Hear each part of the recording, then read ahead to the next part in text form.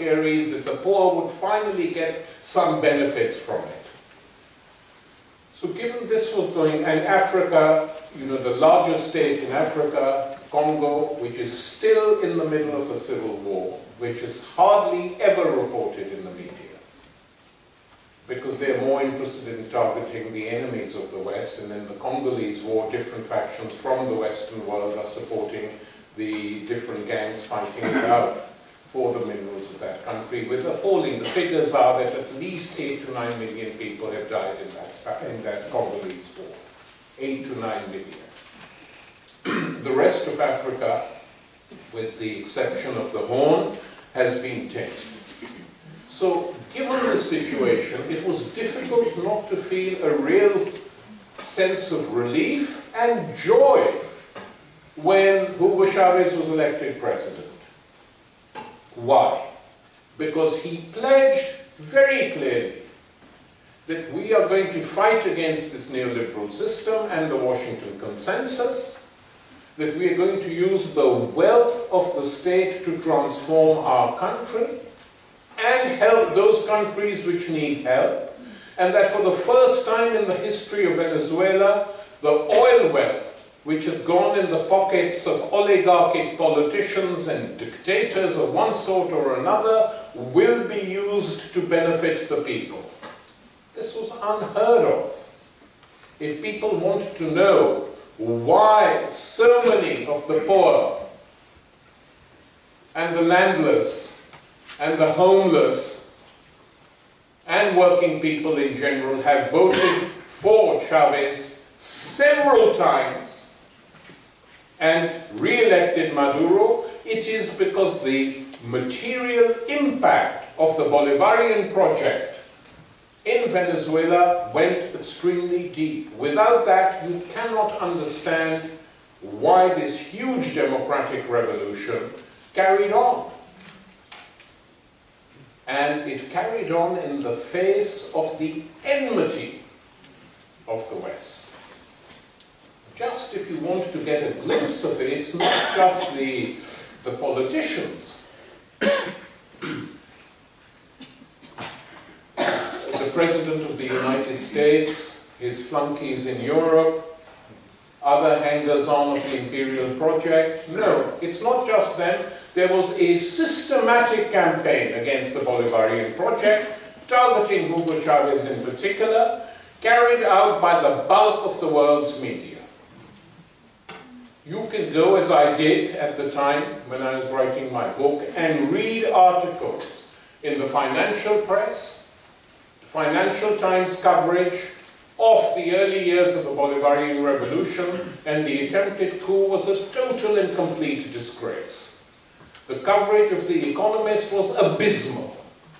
The rest, the Murdoch press followed suit, and often you could pick up a newspaper, a liberal paper like Le Monde in France or Repubblica in Italy, and see that the coverage was exactly the same.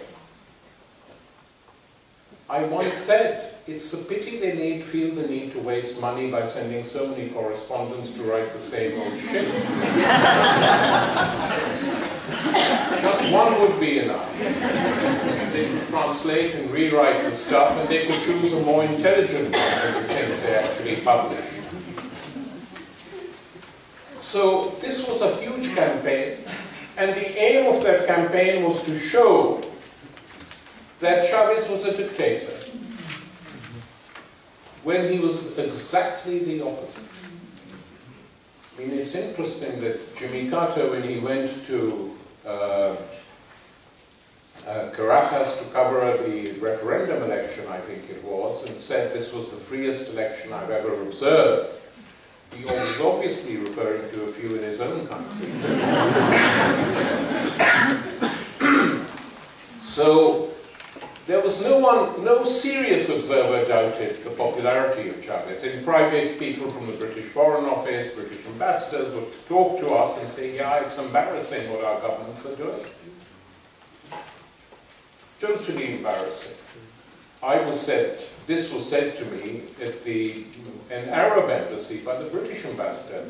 He says, I don't know why they're going on like this. Just crazy, it's a bunch of lies. We all know it's lies. campaign went on, and the reason for the campaign was the following, in my opinion, that they did not want any new models, anti-capitalist, anti-neoliberal models to emerge on a global scale. There can be no other reason. The anti-imperialism, they might even have, laughed off, oh, we have eccentrics in the world today, let them have their say, provided they leave the economy intact under the control of the Western powers and their institutions. And that the Bolivarians refused to do. And when that example began to spread in different ways, in different forms, to Bolivia, to Ecuador, Argentina, then they became nervous. Nervous that people were doing things which they had declared were no longer permissible, like nationalizing companies which were completely and totally wrecked, and whose bosses were completely corrupt and making money to, feather their own nest. This is what was going on in most of these places. The nationalization of companies, taking over of land, handing it to landless peasants, massive reconstruction programs to build housing for the poor, long abandoned in many Western countries, taking place in Venezuela. Hardly surprising then that lots of people from the West who went, they said, well, this is a form of left social democracy. Well, yes, it is a form of left social democracy, but with this big difference that it's a form of left social democracy based on mass mobilizations.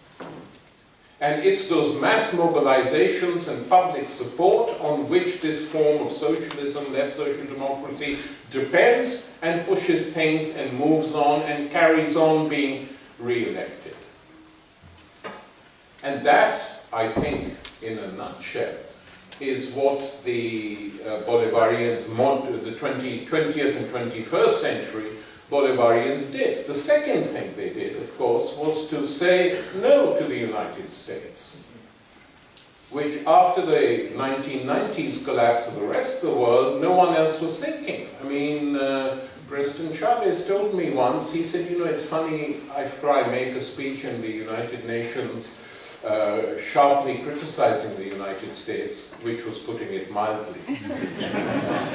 He said the number of Arab heads of states and others come up to me and say, thank you so much, we can't say this.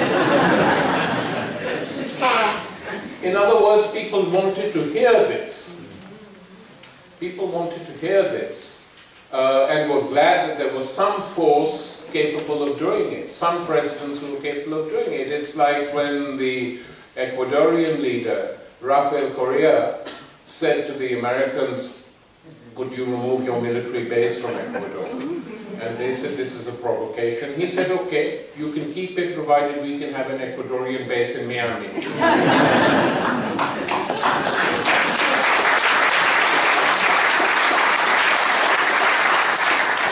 Now, the reason I'm pointing out these things is no one had talked to them like this for a very long time. Of course, one person had non-stop since 1960-61, that was Fidel Castro. But he was alone, or Cuba was alone and isolated. And one of the effects of the change that has taken place in South America, and which may be transitional, we don't know, it has to be fought for.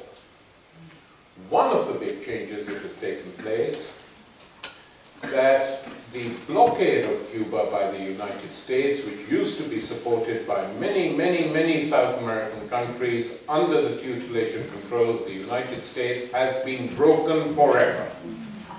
That is a very important.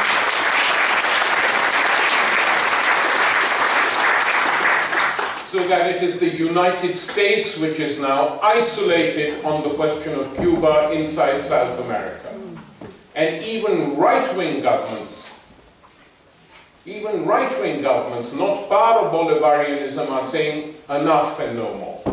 We can't tolerate this. I think at the last hemispheric summit, the only people who voted with the Americans were Jamaica and Canada, for obvious reasons.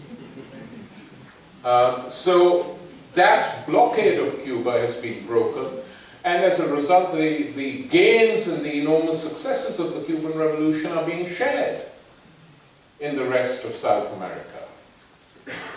And this is what the Cuban revolutionary leadership had always wanted. So it's a big shift. And it's, of course, ironic that the shift comes not through armed struggle, in which we were defeated in country after country, lost some of the most gifted revolutionaries and socialists and comrades in country after country. Chile, Argentina, Brazil, Bolivia, Paraguay, people just wiped out. And so we lost. And it's ironic that at a time when the United States triumphed in the world, it lost large parts of South America.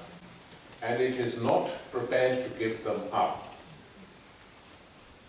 And therefore the Bolivarian project of unity, of the unity of South America against its imperial neighbor, remains extremely important. I remember when we were discussing Telesur, of setting up Telesur, and I was talking to the Comandante, and I said, I had come up with a name for this new television station, and I said, why don't we call it Al Bolivar?